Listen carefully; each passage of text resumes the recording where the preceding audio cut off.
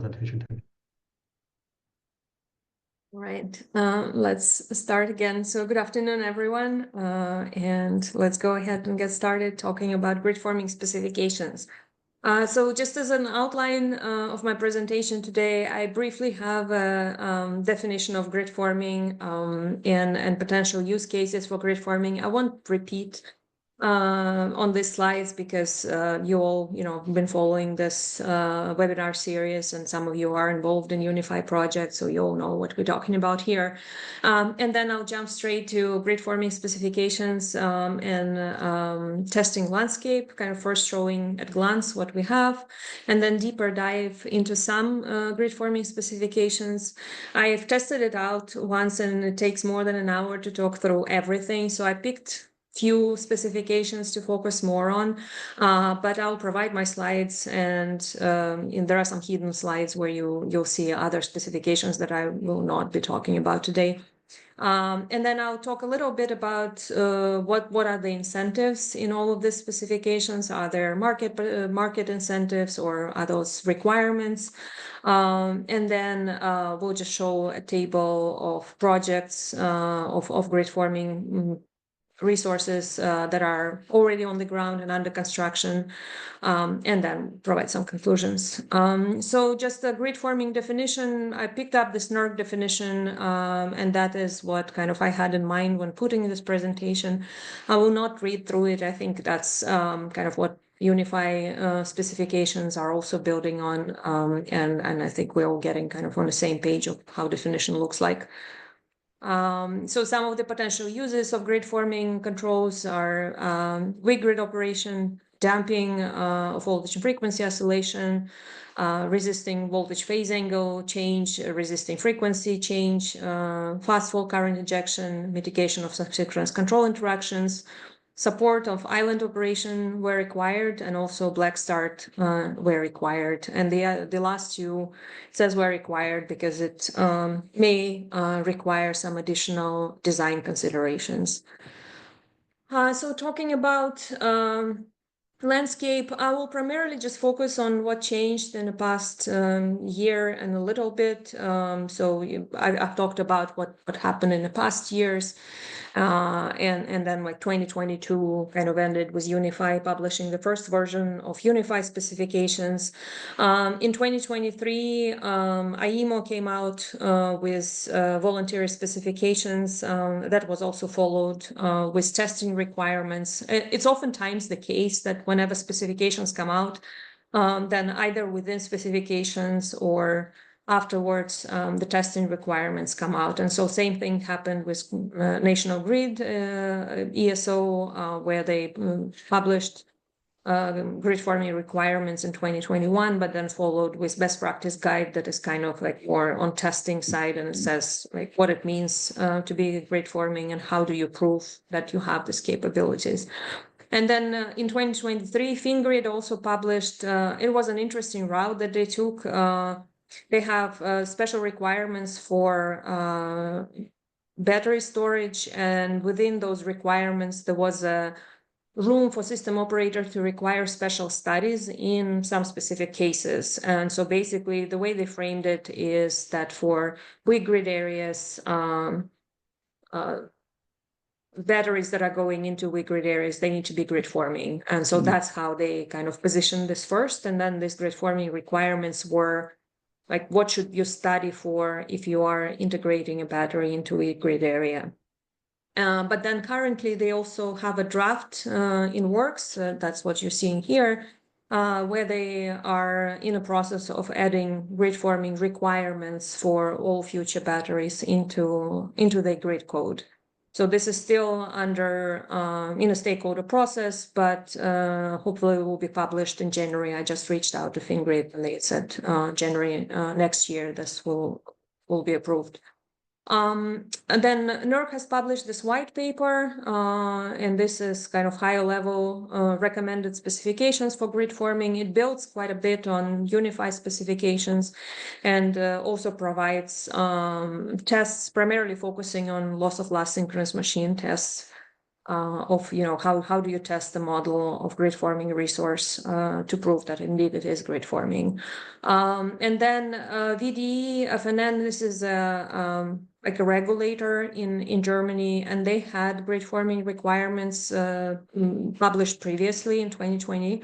But now they are working on kind of a market product for inertia. I'll talk about it kind of later on in my presentation. And so this document says if you are this resource that are applying for payment for this inertia product, then these are requirements that apply, and these are basically grid forming specifications. UNIFI published the second version of the requirements, as you probably well know, and then ENSOE is the Association of System Operators in Europe. They, at the end of last year, that's when they had this first draft of grid code for generators 2.0. So it's requirements for generators, RFG 2.0. And as a part of this grid code change, there is a requirement for grid forming. And this is currently with European Commission for approval.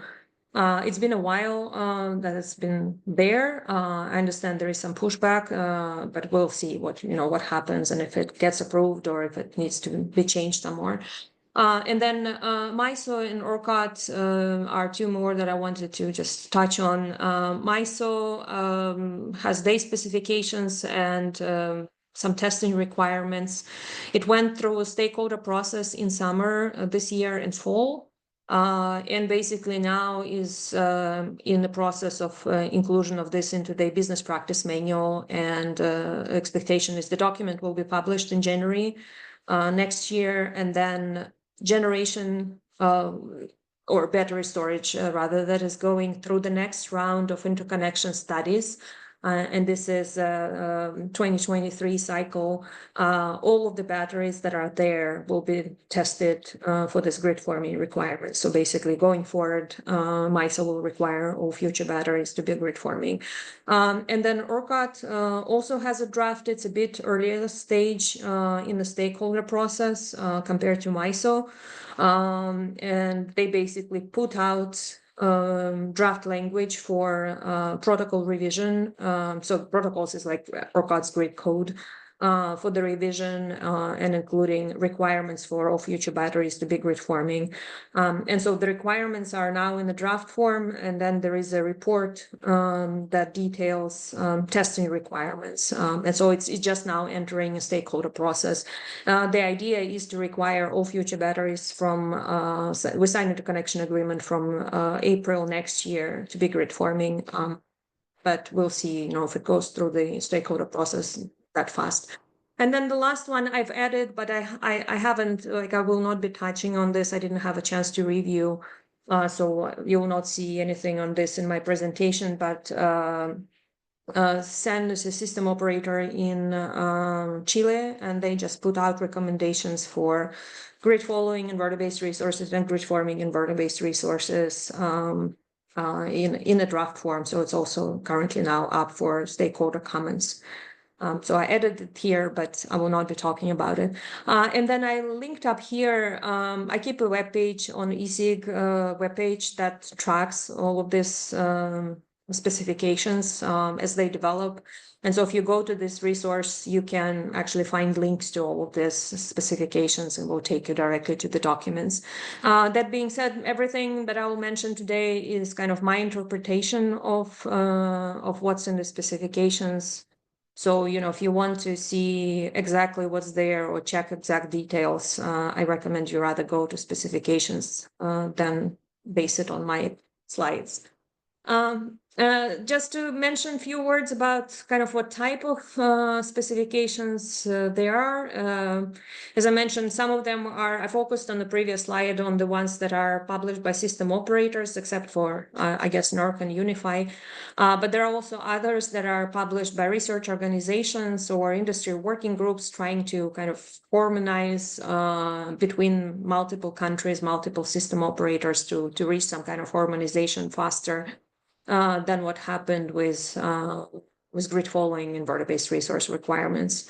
And then some of them are published by operators or regulators. There are some that are already published, some are in draft form, or like in MISO case, almost published, and then some are planned. And I'm realizing this is probably not exhaustive table, but just meant as an example.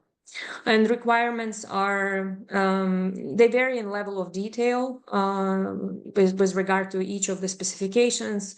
They can be functional specifications with tests or just tests. So it varies kind of how they approach this. They oftentimes split into core requirements that don't require any kind of hardware additions, whereas some advanced capabilities listed out in other specifications which require like inverter oversizing or maybe larger energy buffer and things like that. Then, as I mentioned, some of them are voluntary, some are mandatory. I'll talk a little bit more about it towards the end of my presentation. All of the requirements are in addition to grid following requirements that already apply, unless there are conflicts, and then those are specifically discussed in the documents. And then some of the requirements are applied to all inverter-based resources. So, for example, NSOE RFG 2.0 draft is for all IBRs. Whereas majority is now focusing on battery energy storage, realizing that, battery storage is more straightforward for grid forming implementation. And also, like you see this figure of the interconnection queue in the US, and there are a lot of batteries currently sitting there. And so it's lower hanging fruit to implement grid forming in these batteries before they get deployed. With regard to functionalities, I think there is kind of like common ground that is being reached. Not all of these functionalities are in all of the requirements, but you can say majority have these requirements. And as I mentioned, requirements will vary in level of detail, or like what they require in timing, or like amount of response.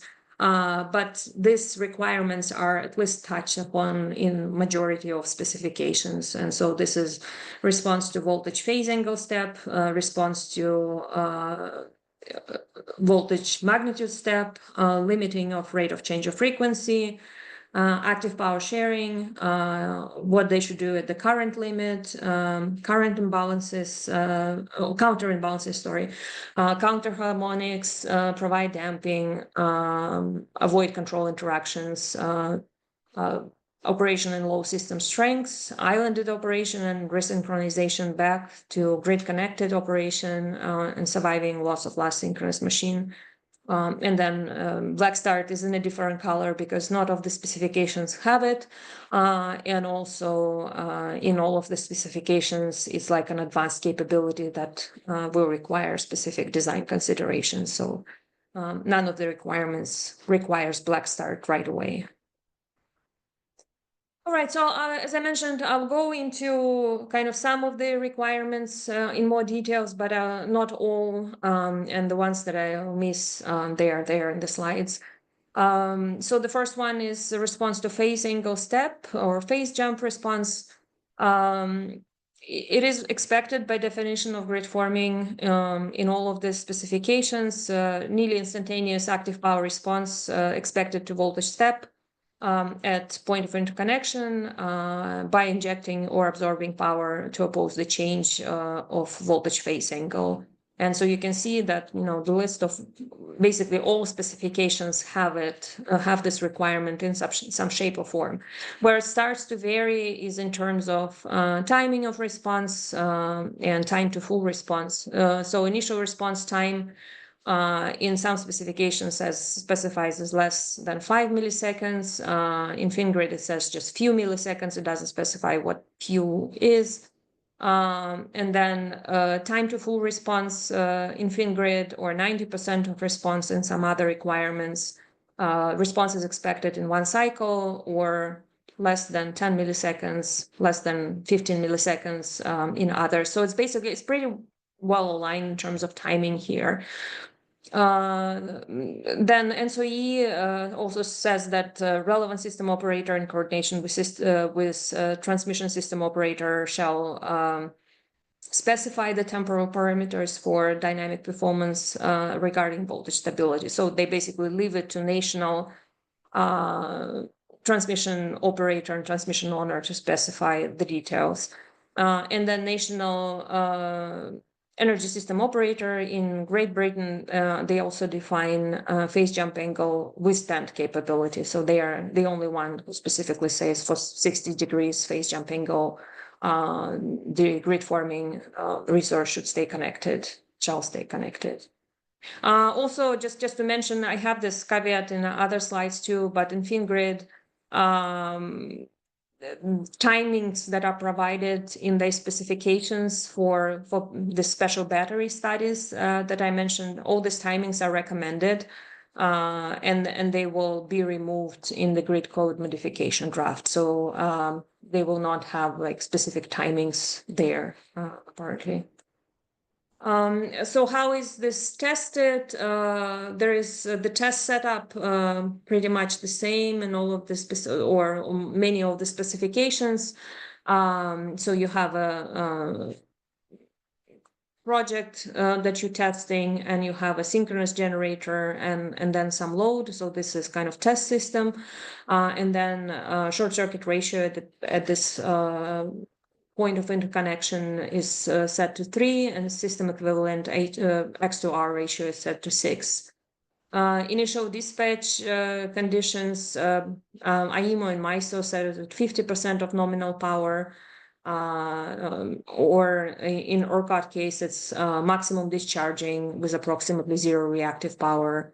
And then in FinGrid, they define various combinations of state of charge, power output levels, and this equivalent SCR ratio, which is only, if I remember correctly, it's on low voltage side, N-1 lowest short circuit ratio that resource may encounter, and also maximum short circuit ratio at the POI. So these are the tests for FinGrid. So FinGrid kind of tested more conditions than some other system operators. And then angle of the voltage source behind equivalent impedance is decreased instantaneously by 10 degrees. And a few seconds later, it is increased back by 10 degrees. And this is repeated in also for 25 degrees plus minus, or 30 degrees in Australia and FinGrid plus minus. IEMO also repeats this test for 60 degrees change. And then National Grid Best Practice Guide recommends the test in plus minus 5 to plus minus 50 degrees with 5 degree steps.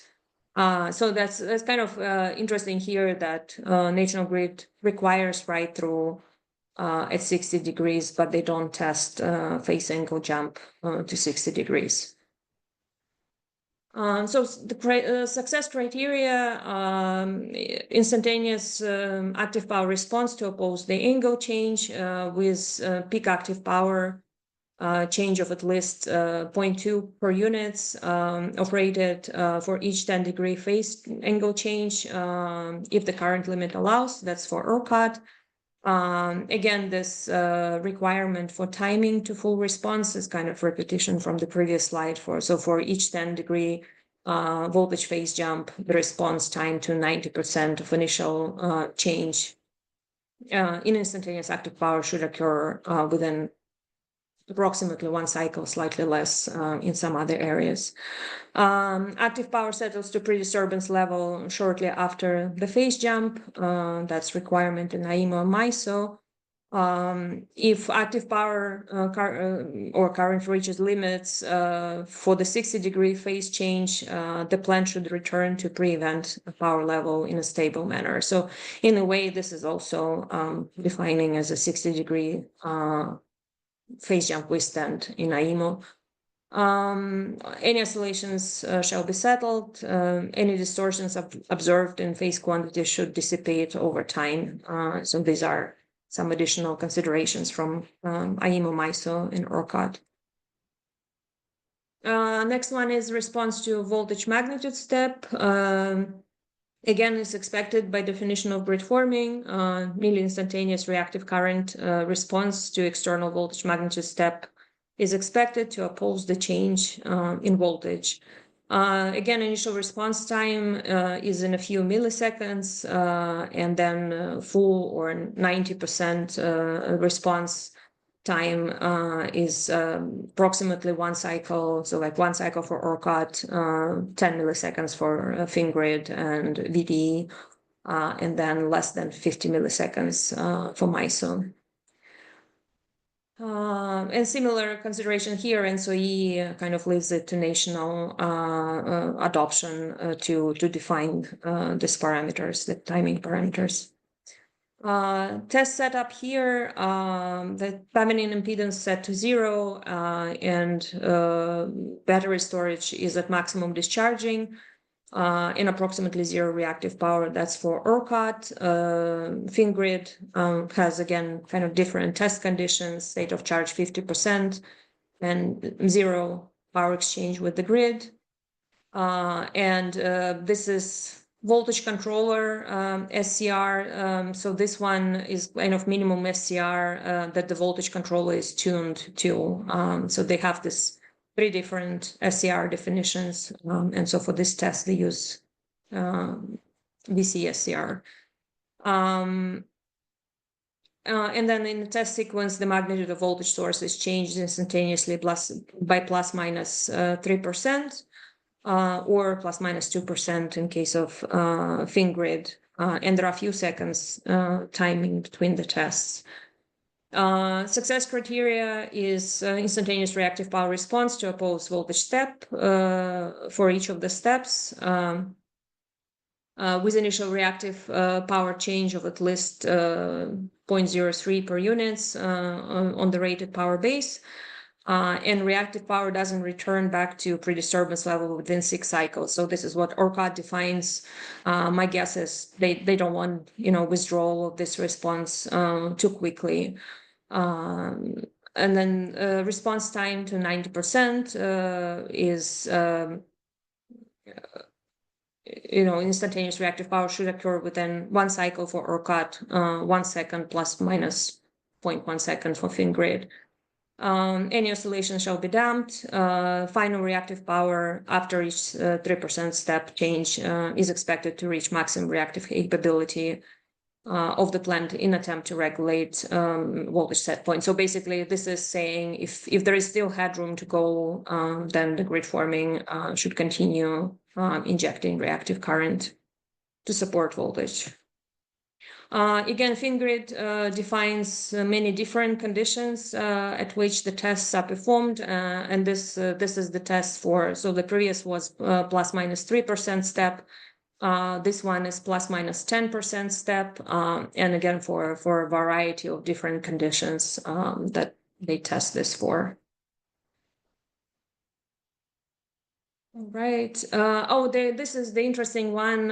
Primarily, all these tests are not primarily. All of these tests are simulation based. And FinGrid is the one that has a couple of tests that are physical tests. And so basically, at commissioning, they'll perform this change in magnitude and phase by changing grid topology. So, for example, they can choose to disconnect a line in the main grid, and this way kind of emulate phase jump conditions to see how the plant responds. And so in this test, grid forming battery is required to perform as defined in the specifications with nearly instantaneous response to oppose the change. It shall be stable and well damped, and then they'll use these test conditions or test measurements to validate phasor domain and EMT models to as much as possible based on this test. The next one is Rokoff test. So again, Rokoff limiting is expected by definition of grid forming. Inertial response from grid forming inverters should be inherent, so there should be no calculation of frequency and nearly instantaneous active power response to grid disturbance, which is either generator trip or load trip. And so this is, again, required in all of the specifications that I've looked at. Initial response in a few milliseconds and full response in less than 10 milliseconds defined by FinGrid. ENSO-E has a similar requirement for overfrequency for type B power plant modules, and both for over and under frequency for type B storage and type C and type D power plant modules. And I have on the next slide a table that kind of shows what type D and type C, type B means in ENSO-E terminology. And then type C and type D may require provision of additional energy beyond its inherent energy. So like, because type B requirements only apply for storage, whereas type C and type D, this is a requirement for any type of generation. This is why they bring up this additional storage need here. And again, it's basically up to system operator in a national level to identify what are the temporal parameters and dynamic performances. And so, yeah, this is just kind of for your reference of what these different types in ENSO-E terminology are referring to. Some kind of additional consideration in different requirements here. IEMO says that if inertia is configurable, it needs to be tuned based on network conditions and requirements. And so basically, as the resource will get connected to the grid, they'll work with developer to set correct value or the right value for the location. In advanced capabilities, IEMO also says that larger headroom and energy buffer can be defined. Rock-off response is assessed for 1 Hertz per second, while rock-off withstand capability is requested for 2 Hertz per second in national grid requirements. So they will basically test response for 1 Hertz per second, and then for 2 Hertz per second, they'll be looking to see if it's capable of staying connected and riding through. And then national grid will also perform a test for 1 Hertz per second rate of change of frequency when frequency is falling from 52 Hertz to 47 Hertz. And they will look at how much energy have been delivered from a grid forming resource and also require that H constant is declared for a grid forming resource. So basically, they don't require specific H constant in the requirements, but they say that a generator owner has to specify what they have. Again, kind of similar tests, short circuit ratio of 3, system equivalent H2R ratio set to 6, initial dispatch kind of different between different system operators. And then the frequency is ramped at 1 Hertz from nominal at the rate of change of frequency of 4 Hertz per second for IEMO and MISO and 1 Hertz per second for ORCAD. And FinGrid has a smaller rate of change of frequency that they test. And then there's different timing of when these ramps are applied. And then FinGrid has also 2 more tests for frequency going down from nominal to -1 Hertz. Success criteria, plant active and reactive power should be well controlled. System frequency and voltage should not oscillate. Voltage should be settled at stable operating point when frequency is not ramping. Active power should settle according to frequency droop and deadband. Any oscillation shall be adequately damped. And then ORCAD defines this calculation of inertia constant and that it should not be greater than 2.5 seconds. And the way they define it is in the tests with rock-off of 1 Hertz per second. They will look at per unit energy that has been delivered in the first half second, and then from that we'll calculate the inertia constant. There is a similar consideration in IMO, and they actually published a separate document that I have linked up here as to like how they are going to quantify inertia. And I think this is maybe a precursor to some kind of market product because like that become, but also maybe it's also for the system operator monitoring and understanding just how much inertia they can expect. So they have this entire document is dedicated to this test that they have developed, and it aims to measuring inertial response of a grid-forming battery. An approach is similar to standard low rejection tests that historically have been used to measure synchronous machine inertia constant. So they'll have a bus with synchronous generator and battery and some load there, and then they'll disconnect that bus from the grid, and they'll measure response both from synchronous generator and from grid forming battery. They'll subtract response from synchronous generator and response provided by grid forming battery. This is what they will count as inertial contribution of the bus. They have primary frequency response and any kind of fast frequency response disabled in that test. And what they found, they've done kind of series of this test, and they found that inertial capability curve can be asymmetric for the grid forming battery depending on the operating point, magnitude and direction of frequency event, available headroom, and if it's been charging or discharging.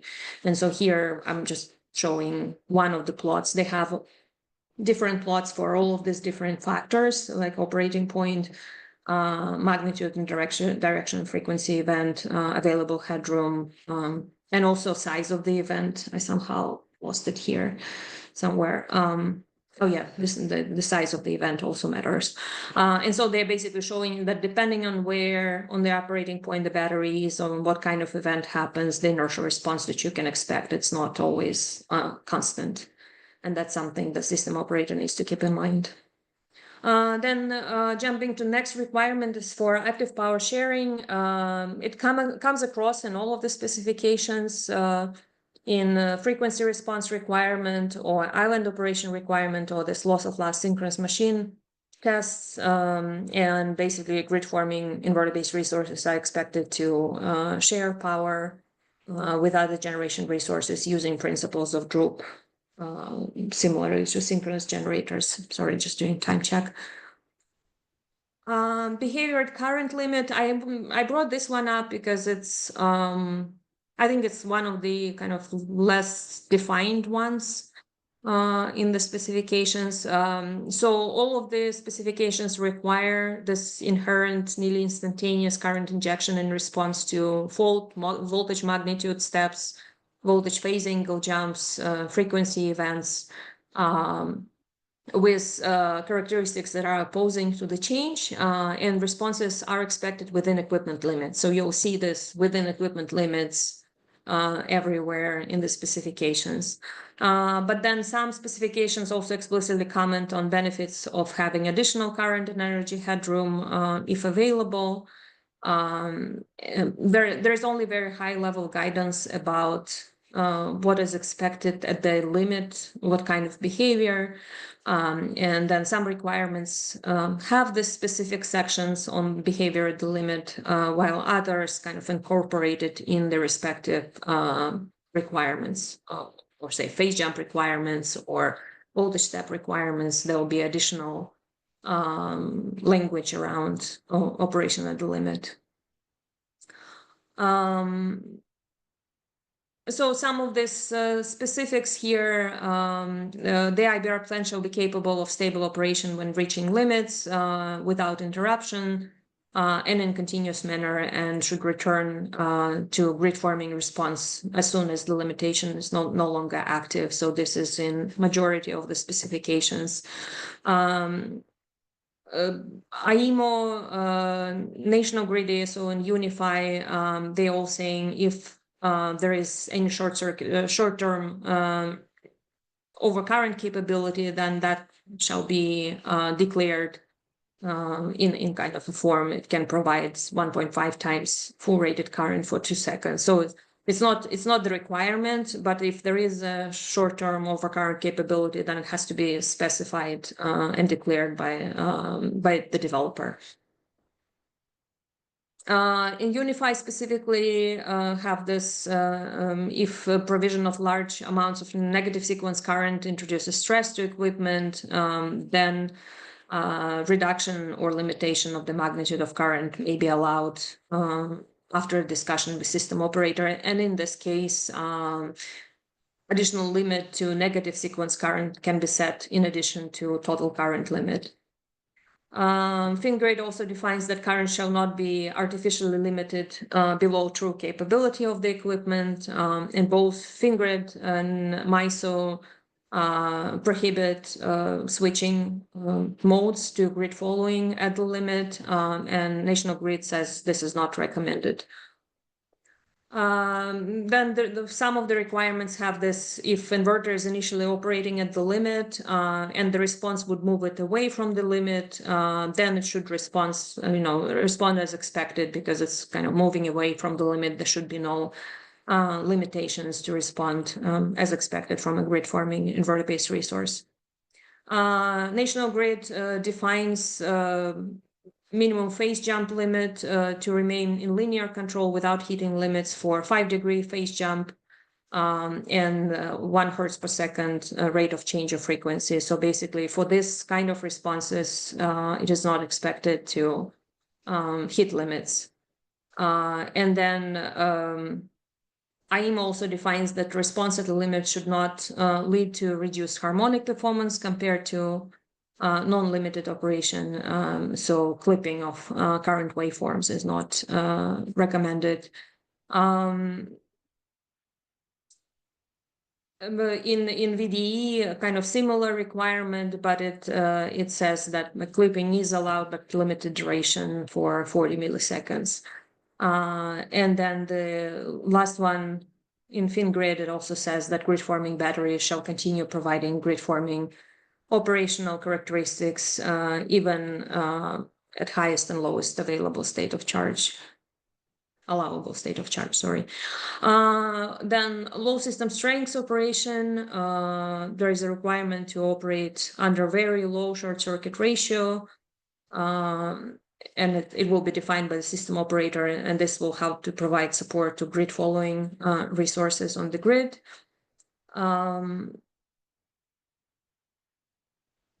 In FinGrid, the specification to operate stably under low short circuit ratio is implicit and tested under various short circuit ratio condition in the when testing specific requirements. So basically, some of the specifications, they will have a test for low short circuit ratio specifically, but in FinGrid, they don't have this short circuit ratio step test, but they test different short circuit conditions during other tests. So in that way, they also see if it is able to operate stably at low short circuit ratio. So this low short circuit ratio step ramp down test is defined in IEM or ORCAT and MISO. Again, the test setup starts with really high short circuit ratio of 20 in IEM and MISO and 10 in ORCAT, and then steps down to a very low. And between each step, there is a 6-cycle to phase to ground fault applied with a minimum fault depth of 0.5 per units just before short circuit ratio is transitioned. And basically, once the fault is cleared, at the same time, the short circuit ratio becomes lower. Success criteria is that plant active and reactive output should be well controlled, and plant should not trip or reduce power for any extended period of time, all the way down to this minimal short circuit ratio test.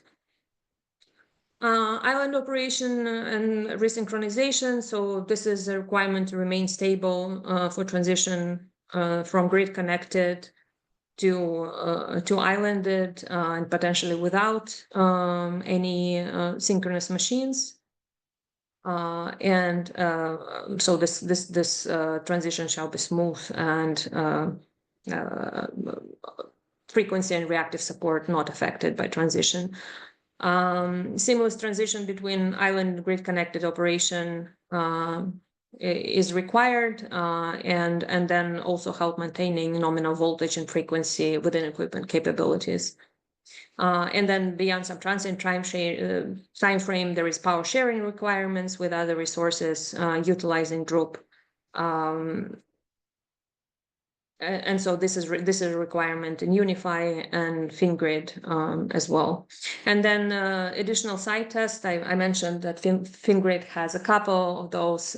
So there is a test where upstream 110 kV breaker is opened during commissioning testing, and then after some time reclosed. An acceptance criteria here is that grid forming battery is required to perform as defined in grid forming specifications, and then both phasor domain and EMT models are validated based on those tests. And then I think this is the last one of the tests that I wanted to bring up, and this is in majority of all specifications surviving loss of last synchronous machine. And this is to operate stably in a grid without any synchronous machine when the power balance is reachable within equipment capability and within normal voltage and frequency operating ranges. So in IEMO and FinGrid, this is a real requirement to survive an island when the last synchronous machine tripped, because there may be operating situations where grid is operated like this. So say in IEMO, it's like maybe South Australia grid can separate and be without synchronous generators, and FinGrid can also, my understanding is, can fall apart into self-sufficient islands, and one of them can be without synchronous machines eventually.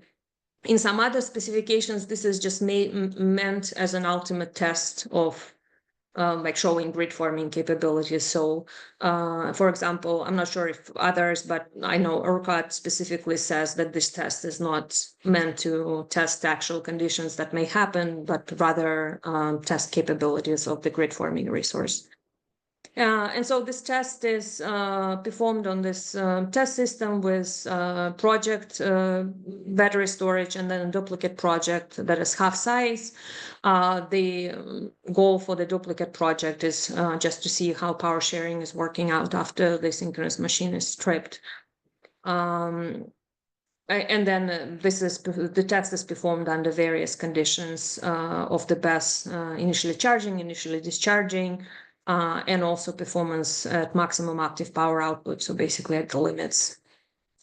The success criteria is that frequency and voltage should settle a stable operating point, should not oscillate or deviate from steady state levels, and be damped. And so this is in majority of the requirements that have this test. Active and reactive power from each plant should move immediately to meet load balance requirement and settle according to frequency and voltage group settings. Response time to 90% of initial change in instantaneous active power should occur within 1 cycle for ERCOT and 50 milliseconds for IEMO and MISO requirements. Any distortion observed in phase quantities should dissipate over time. IEMO and MISO has this, and voltage shall not deviate from this range for longer than 0.1 second. Again, in IEMO and MISO requirement. Black start, it does come across, as I mentioned, in some of the specification as a special requirement, and recognizing that there will be specific design considerations for this, and kind of this list of sufficient available stored energy, high short-term overload capability, soft start capability.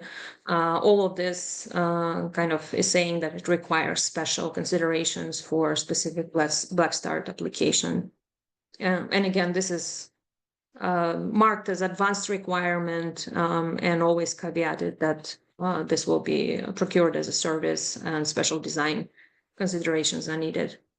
So now just talking about, requirements versus incentives. In Great Britain, this has started as a tender, Stability Pathfinder, in the second phase of the Pathfinder in 2022 awarded 5 grid forming batteries. So in this tender, what National Grid was looking for is additional short circuit current contribution in specific buses on the grid and additional amount of inertia. And so this is what they were trying to procure and also learn about grid forming technology in the meantime, if possible. And then a national grid followed with development of stability market design. They developed eligibility rules and contract structures and how it will be procured. And midterm stability market already launched in 2023. So the idea here is anything in addition from what's expected from existing unit commitment from synchronous generators, plus what's expected from stability bus finder awarded resources, not just these grid forming batteries, but also there was a bunch of synchronous condensers that got awarded. They will look at what else is needed in addition to this, and they will procure it through the market. But then in addition to that, in September 2024, kind of looking at NSOE, RFG 2.0 and where that is headed and kind of overall system development, National Grid is looking at mandating grid forming capability on this larger plants above 50 megawatt connected at 110 kV and above, and also HVDC systems. And so this is not specific to battery, but all resources, but this is just in works right now. This is something they have an expert group working on. And then the idea is the compliance will be required by the end of 2028. This will not be retrospective, so anything prior to the end of 2025, when they expect this requirements to be in place, will not be required to have this capability. And then in December 2022, Australian Renewable Energy Agency backed up 8 grid-scale grid-forming batteries with about 10% of the initial investment. So the idea here is that IEMO already has this minimum system strength requirements in certain areas on the grid. And so as soon as grid following inverter-based resources connecting in these areas, they are evaluating how much impact on system strengths these resources have.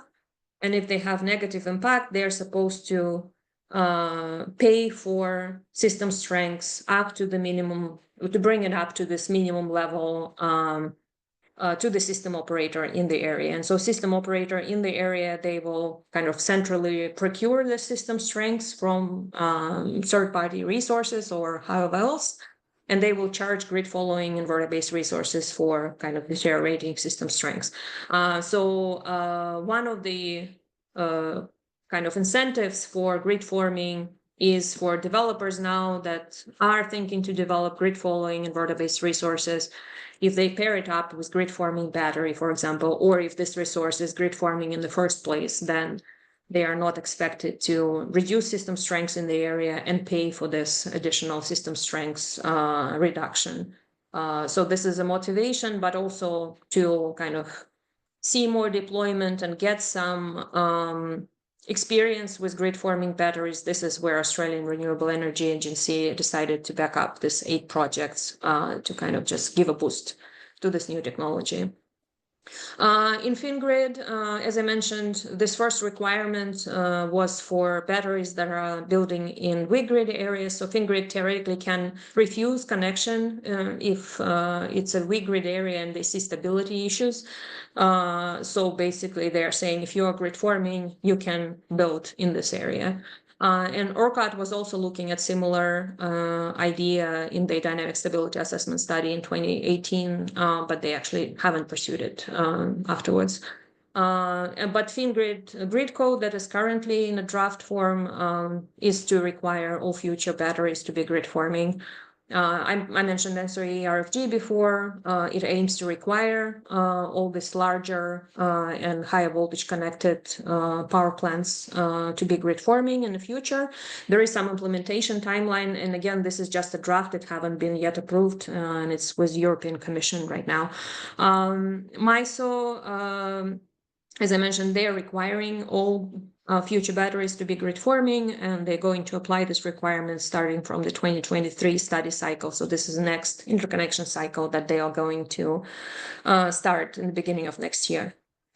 ORCA draft also aims to do the same, so to require all future batteries with signed interconnection agreement from April 1st, 2025 to be grid forming, but this is just at the start of stakeholder process, so it may be delayed that date.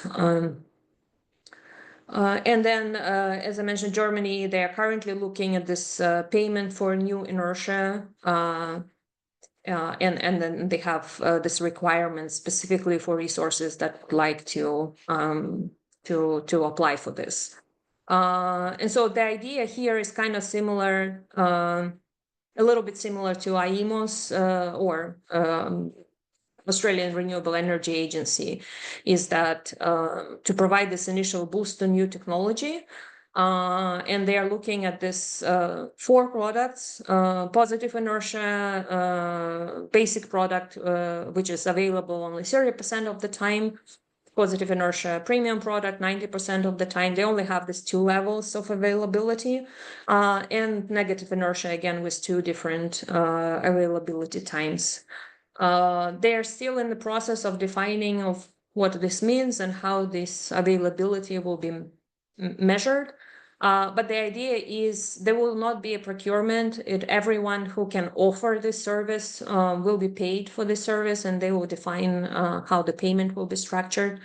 And basically, idea is the same, to give a boost to this new technology and get some resources on the ground and start learning from it. So this is just showing kind of their roadmap. So currently they are in this stage where they are looking just for grid assets to get system strengths and reactive power support that they need. And system operators are placing resources to provide grid forming capability on the grid. Whereas the second stage, this is where they're transitioning now in 2025, is to have this market-based procurement of inertia. They define it as inertia, but I guess they are looking for, system strength support as well. It's just, I guess inertia is easier to define and remunerate. And so they're working on payment structure for this. And they're hoping that once this goes into place, it provides sufficient boost for grid forming resources to deploy. And then after that, and so ERFG grid code will probably be accepted or approved, and all resources in the future will be required to be grid forming, but they will be well positioned for this by that time. That's the kind of general idea. So this, I will not be talking much about this, just wanted to show, again, on the ORCA, on the ESIG webpage, we track projects, grid forming projects, not just, I have only batteries here, but on the webpage, we actually look at different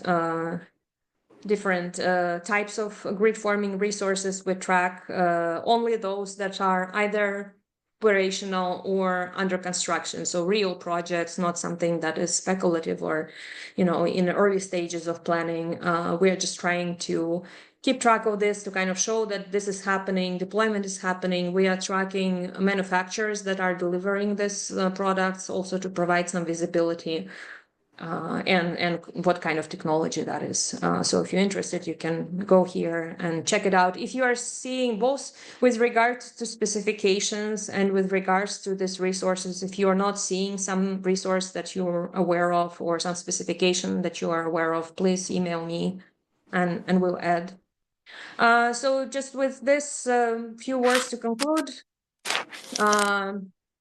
if inverter-based resources are built with grid forming controls, stability can be provided by resource itself. And so maybe additional mitigation that is needed from the grid assets can be greatly reduced, and also curtailments of grid following inverter-based resources can be reduced if constraints are caused by stability considerations. With that, higher shares of inverter-based resources can be achieved, potentially up to 100%. Grid code requirements and market products are both needed for grid forming inverter-based resources to be deployed in efficient and timely manner. So basically, if it's just voluntary requirement and there is no other incentive, people will not go for building grid forming because why there is no motivation for it. So it either has to be a grid code requirement or some kind of incentive needs to exist. It took 20 years in Europe to develop grid codes for present-day inverter-based resources. The United States still doesn't have harmonized grid code for inverter-based resources today.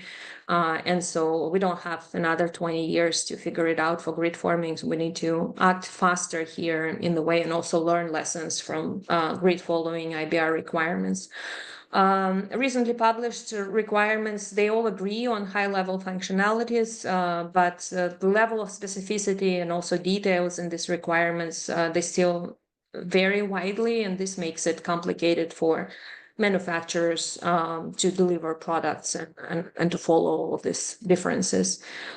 There have been a number of activities in States and Europe and Australia in the past 3 years to accelerate deployment of inverter-based resources. However, we need much more work, so we're hoping that as one of these efforts, UNIFI will also support this development of grid forming specifications and deployment of this technology. And with that, thanks so much, and be happy to take questions.